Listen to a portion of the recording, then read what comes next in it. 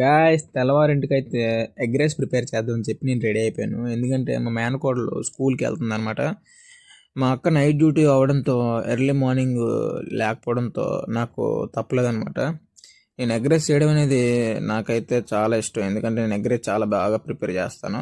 Guys ఆడవాళ్ళు అయితే daily morning లేచి తన పిల్లల కోసం క్యారేజీలు కట్టుకుని ఎంత కష్టపడతారో నాకు తెలుసు.